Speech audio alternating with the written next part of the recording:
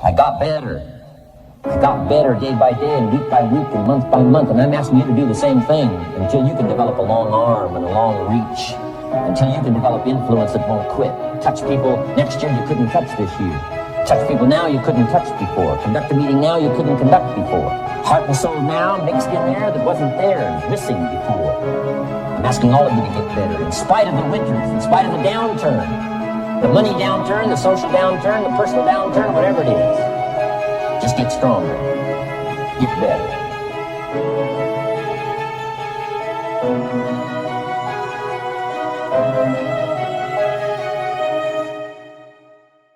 I'm asking you to drive worry into a small corner. You gotta worry, son. All this negative stuff serves some purpose, but the key is for you to be the master, not the servant. Here's what I'm asking you to do. You be the master of worry. Drive it into a small corner. Don't let it loose. And I'm asking you to go home with some new faith and some new courage. I'm asking you, don't worry. Drive it into a small corner. We've all got concerns, and sometimes we all wonder, and sometimes there's a little crack of doubt. We worry a little, but I'm telling you, drive it into a small corner. Drive your worries into a small corner. Enemies of the mind you got to do battle with in the summer. One is pessimism, that tries to get you only to see the negative side. Of course, there's a negative side. Life is part negative. What else is new? If the glass is half empty, it is half empty. You say, well, I've been only taught to see that it's half full. Well, sure, it's half full. But it's also half empty. I mean, can't you handle that? I mean, that's not too difficult. But here's what pessimism will try to get you to do. Believe that it's only half empty. And when pessimism comes to your mind, you've got to educate pessimism, because pessimism is stupid. Pessimism tries to get you to believe that it's only half empty. Of course it's half empty, but it's not only half empty. It's also half full. I'm asking you to be in charge. Be in charge of your own mind. Be in charge of your own destiny. Do battle with your enemy. Do battle with your enemies. Take sword to your enemies. Whatever's going to destroy those values, take sword to it. If it's worry, take sword to it. If it's threat, threaten back. Take your harvest and all that comes your way with full responsibility. Don't complain.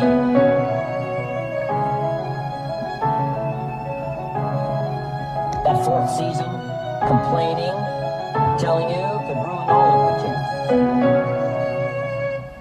Complaining sometimes starts as an infection. If you don't take care of it, it becomes a disease. Do battle with it.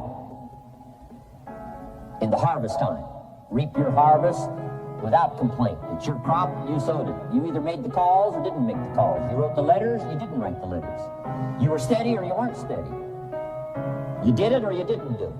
You put together a good day or you didn't put together a good day. Take responsibility when the harvest time finally comes and say, hey, it's my crop. Got to take responsibility for it. I do not complain.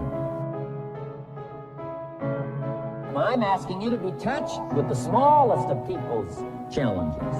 Don't just be touched with the challenge. I'm asking you to be touched with the problem. Let people's problems get to you. Let people's problems touch your heart this year like never before. Be touched. Let life touch you. Don't let it kill you, but let it touch you. The problems that are out there, people struggling with their economy, struggling with their health, struggling with their future, I'm asking you to let that get around your heart. Let it do something to you. Don't go untouched. Don't go unmoved. When you walk out of here, open yourself up. Don't build up the walls. The same wall that keeps out disappointment keeps out happiness and opportunity. Take the walls down. Let yourself be touched by what's going on out there. Let sad things make you sad, as well as happy things make you happy. Let your heart get touched.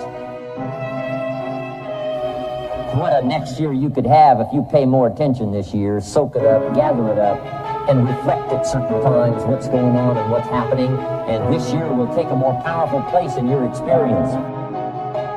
People will not believe the words you've chosen. They will not believe in heart and soul that you've mixed with words. They won't believe the power you've got. We've got this extraordinary opportunity now. Let us not keep it.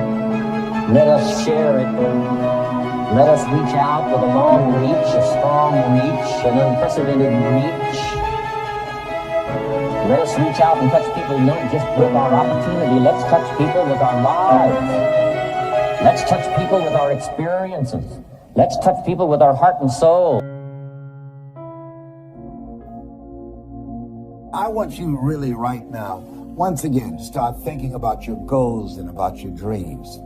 And as you begin to envision them, one of the things that I think that's very important that we have to always go back to, as you look at your goals and dreams, and I want you to expand them, and it's very important to realize that I found that most people fail in life, not because they aim too high and miss. Most people fail in life because they did just like I did for so many years. They aimed too low and hit. They didn't believe in themselves. So I want you right now, as we begin to think about the lessons and all the things that you've experienced and all of the comments and stories and strategies and lessons that you've had, I think it's time to revisit and look at your goals and dreams, and let's raise the bar. I remember as a kid, we would be in the backyard and we would play jump, and somebody would get on one side of the stick, my sister and then my brother, we would run and we'd jump over it. And then they say, raise it up a little bit higher. We have to back up, and we run and we'd jump over it again. And then we say, raise it up a little higher. And the higher it got, we have to begin to change our approach and how we're going to get over the bar. And that's the same thing in life. And so right now, I want you to think about your goals and dreams as you begin to raise them a little higher. And I want you to say with me, it's possible. It's possible. You know, the easiest thing that I do is speak and train people how to speak. Go into prisons and juvenile detention centers and do high schools and colleges. Speak before thousands of people. I can do that in my sleep. Let me share with you that the most difficult thing I've ever done in my life, and it took me years to do, and that was to believe that it was possible. To believe that I can do it.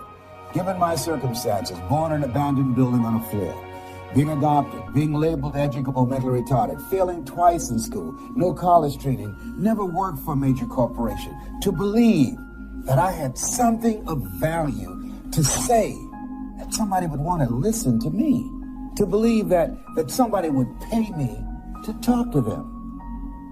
Have you ever thought about something you wanted to do and you talk yourself out of it? I remember going to see Zig Ziglar, who I consider the #1 motivational speaker on the planet, and Dr. Norman Vincent Peale when he was alive, and Robert Schuller.